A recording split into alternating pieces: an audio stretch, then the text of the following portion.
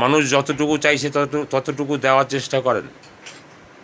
আপনি উপলক্ষ মাত্র, ঈশ্বর ইশারা দেয়। ধরুন আপনি একটা রিক্সা ভাড়া করছেন, বলছে 20 টাকা লাগবে কিংবা 50 টাকা লাগবে, আপনি বলছেন 20 টাকা দেব। ভগবান ইশারা দিচ্ছে তোমার অনেক আছে। ওই রিক্সাওয়ালা 50 টাকা চেয়েছে, 50 টাকা ভাড়া না, 30 টাকা ভাড়া ধরুন, 20 টাকা বেশি চেয়েছে। আপনি রাজি হয়ে যান, কারণ আপনাকে দিয়ে ভগবান পরীক্ষা করাচ্ছে যে দিয়ে ধন দেখে মন, কেড়ে নিতে কতক্ষণ।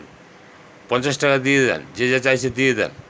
দরদাম করে কী হবে? কোন বড় কাপড়ের দোকানে দরদাম করেন? নার্সিংহোমে অপারেশনের পরে দরদাম করেন?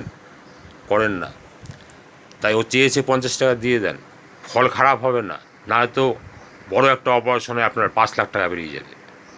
তাই ভগবানের পরীক্ষা আপনি বুঝতে পারবেন না, তাই রাজি হয়ে যান।